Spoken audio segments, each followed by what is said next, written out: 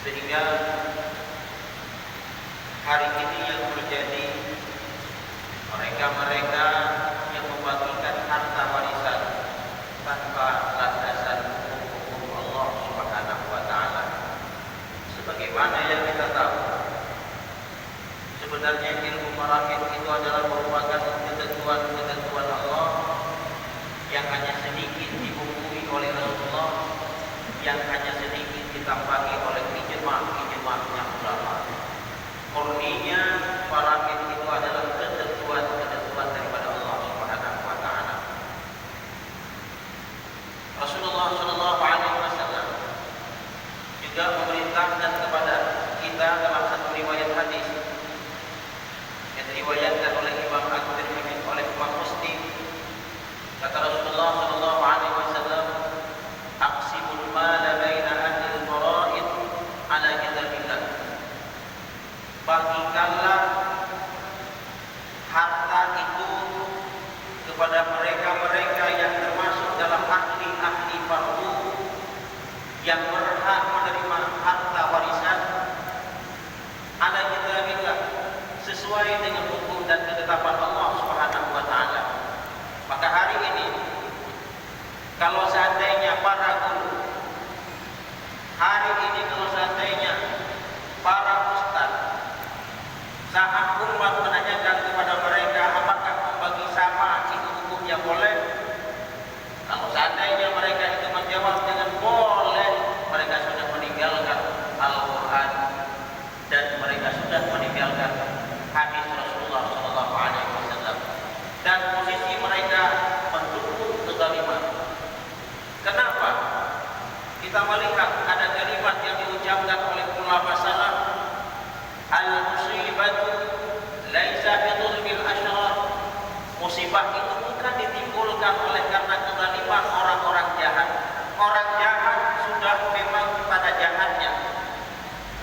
Musibah itu bukan ditimbulkan oleh karena kezaliman daripada asyrar, orang-orang jahat, bal bisul akhyar. Tetapi kezaliman itu, musibah itu akan terjadi oleh karena diamnya orang-orang yang akhyar, orang-orang baik. Maka hari ini yang kita lihat di masyarakat kita apa? Sebagaimana kalimat yang dinukilkan, ada riwayat yang menceritakan bahwa itu adalah kalimatnya Sayyidina Ali. Sayyidina Ali mengatakan, saya tidak takut dunia ini dengan betul dan batil, karena memang isinya dunia ini dengan betul dan batil. Tetapi yang saya takuti hari ini adalah diamnya orang betul dianggap benarlah kebatilan. Orang yang betul diam, dan pada saat yang sama orang yang salah merasa tidak lagi bersalah. Ada juga kalimat yang disampaikan oleh ulama tabi'in, as-sakitu 'anil haqqi syaitanul akhras. Yang diam dari kebenaran itu adalah syaitan bisu. Wa natiqu bil batil, dan yang mengucapkan dengan kebatilan syaitanun natiq, syaitan yang bisa berbicara. Intinya hadirin jamaah Jumat yang Allah muliakan, kita dituntut untuk berbicara apa adanya. Sebagai alim ulama, tugas kita adalah tabligh. Kita sebagai warasatul anbiya, yang tugas kita adalah tabligh, tugas kita menyampaikan. Soal mereka itu tidak mematuhi, tidak menjalani, kita terlepas di hadapan Allah Subhanahu wa taala. Hadirin sidang jamaah Jumat yang Allah muliakan, fenomena yang terjadi, memang Rasulullah sallallahu alaihi wasallam beliau sudah menceritakan jauh-jauh hari. Kata Rasulullah sallallahu alaihi wasallam dalam satu hadis yang diriwayatkan oleh Ibnu Majah, ya Abu Hurairah, ta'allamu al-fara'id wa 'allimuha. Wahai Abu Hurairah, belajarlah ilmu fara'id dan ajarkanlah ilmu fara'id tersebut. Fa innahu nisful ilmi, karena ilmu fara'id itu adalah merupakan setengah daripada ilmu.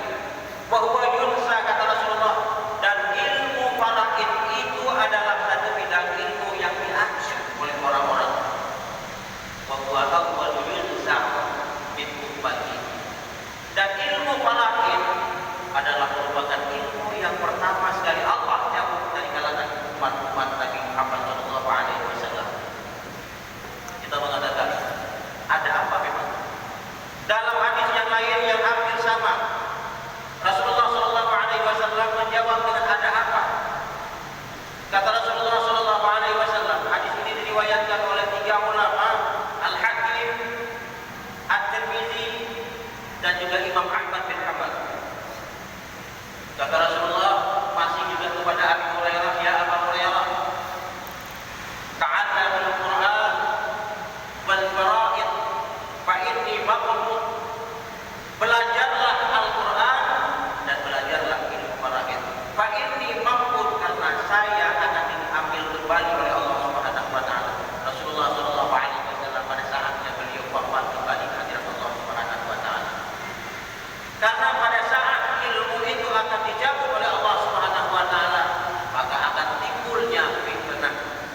mana dua orang berseteru tentang pembahagian harta warisan yang tak kunjung terselesaikan sampai nanti.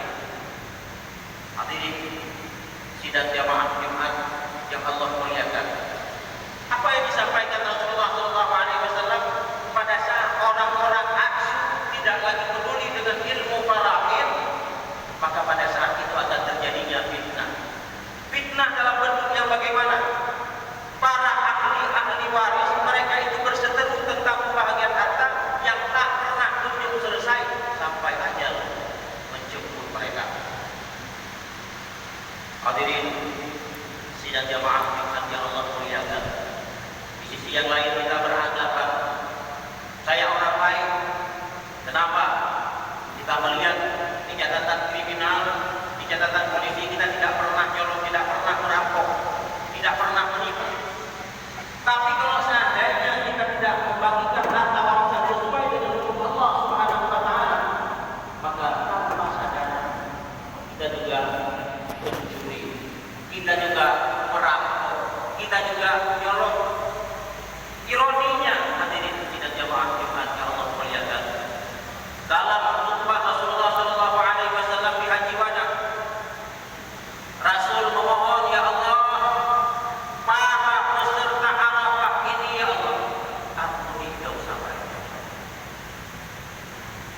kabulkanlah segala permintaan mereka ya Allah.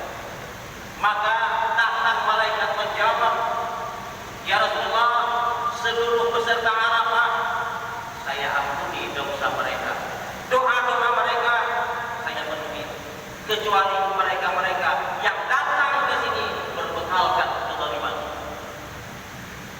Orang yang berangkat haji dengan bekal kezaliman, Allah Subhanahu wa taala, beliau sudah membuat satu komitmen di hadapan Rasulullah SAW bahwa ia tidak bakal mendapatkan pengampunan dosa daripada Allah Subhanahu wa taala. Nah, kalau di Arafah, tempat yang paling mulia, detik yang sangat mustajabah doa, Allah tidak menerima, apalagi di masjid kita, apalagi di masjid-masjid yang lain.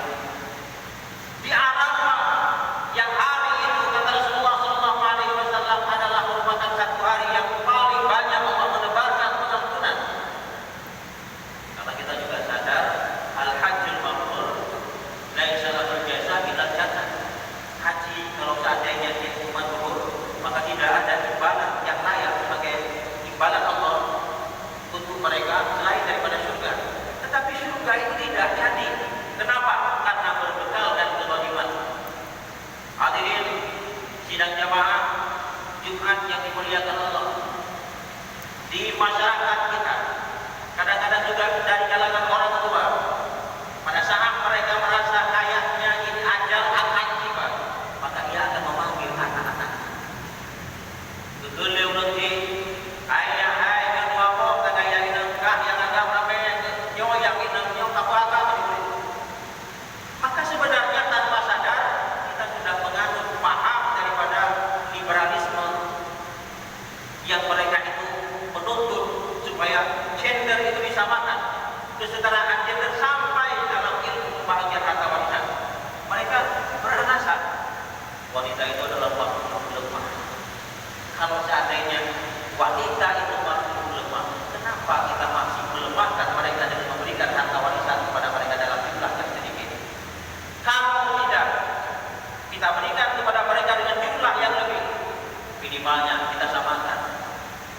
Hadirin sidang jamaah Jumat yang dimuliakan Allah, itu pemahaman mereka para orang-orang sekuler, mereka yang liberal.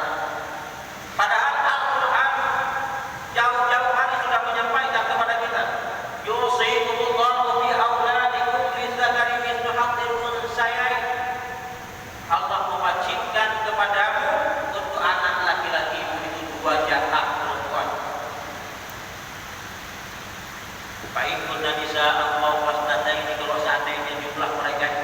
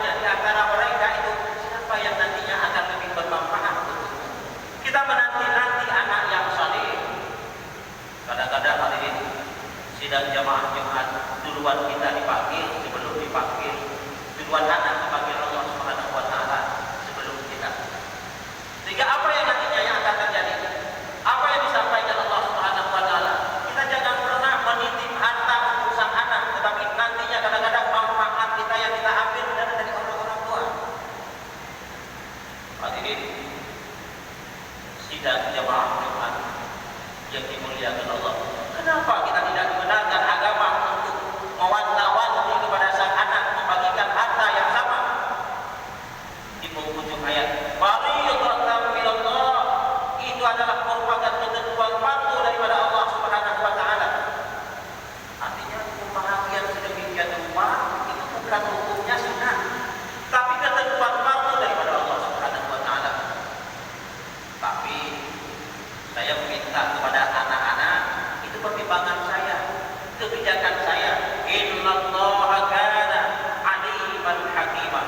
Allah Subhanahu wa taala di penghujung ayat, beliau mengklaimkan diri, saya adalah merupakan satu zat yang maha alim dan maha bijaksana. Jangan ada orang-orang yang menganggap bahwa dirinya lebih bijaksana sehingga mereka itu keluar daripada hukum. Jangan ada pihak-pihak lain yang menganggap mereka itu lebih alim sehingga mereka itu keluar daripada hukum. Makanya kita kembali pada dasar tadi. Rasulullah sallallahu alaihi wasallam beliau mengingatkan kita, aqsimul mala baina ahli faraid, ada kita bilang bagilah harta faraid itu sesuai dengan hukum Allah. Mudah-mudahan dengan gelar dan selesainya faraid kita akan menjadi orang-orang yang dimuliakan Allah Subhanahu wa taala. Orang tua kita juga yang nantinya beliau itu akan menjadi penonton, akan melihat satu adegan-adegan yang indah yang dipermainkan oleh anak-anaknya sendiri. Insya Allah beliau itu akan merasa bahagia. Insya Allah keberkahan akan datang dari karenanya. Alhamdulillahi Rabbil Alamin.